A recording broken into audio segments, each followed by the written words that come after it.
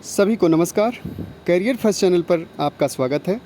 बहुत ही अच्छा मैटर है, लिखने के लिए तैयार रहें। Ready start. मान्यवर, मेरे विचार से ज़्यादातर लोग ईर्ष्या से पीड़ित होते हैं। युद्ध भी नफ़रत के कारण ही होते हैं। आपका मानसिक, भावनात्मक और शारीरिक संतुलन भी नफ़रत के कारण ही डगमगाता है। नफ़रत हमारी खुशियों को बर्बाद कर देती है। याद कीजिए कि आखिरी बार आपने किसी अन्य व्यक्ति, समूह या अपने खुद के लिए ही कब ईर्ष्या महसूस की थी।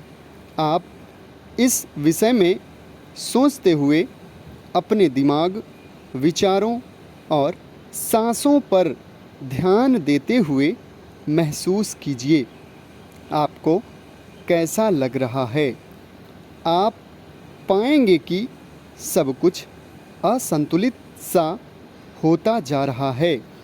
यदि इस स्थिति में आपके साथ कोई प्रयोग किया जाता है तो पता चलता है कि नफ़रत भरे इन भावों को महसूस करते समय आपका रक्तचाप कितना बढ़ गया है।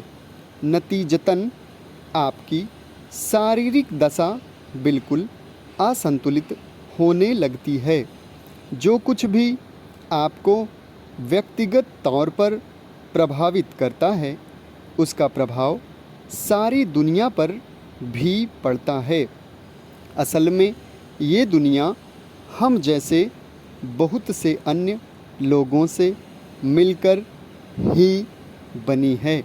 इसलिए हम सभी के विचार एक दूसरे को प्रभावित करते हैं।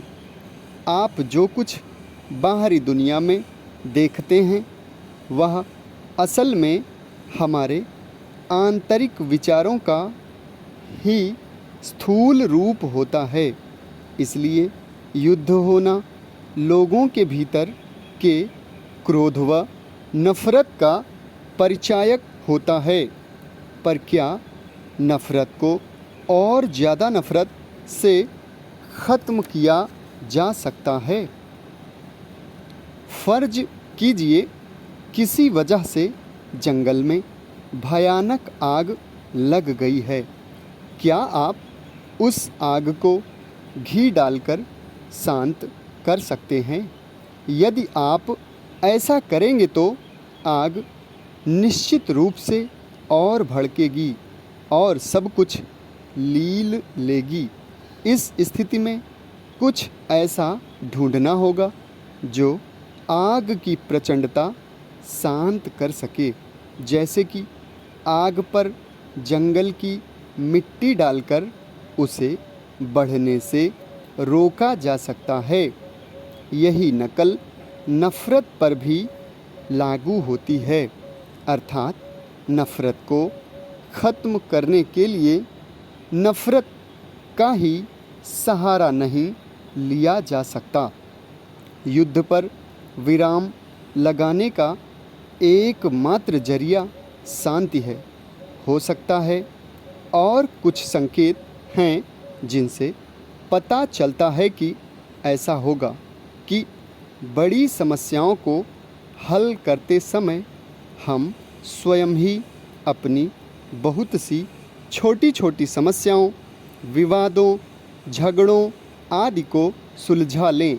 इसके साथ साथ यह भी स्पष्ट है कि बड़ी समस्याओं को हल करने में राष्ट्र को अत्यधिक प्रयास करना पड़ेगा और हम जैसे जो लोग परिस्थितिवश सरकार में हैं, चाहे केंद्र में हों या राज्यों में, उन पर भारी जिम्मेदारी है जो हम सबको मिलकर उठाना है। चीनी हमला हुआ जैसे गाज गिरी हो और भारत में इसकी प्रक्रिया भी बिजली की तरह हुई। धन्यवाद। समाप्त।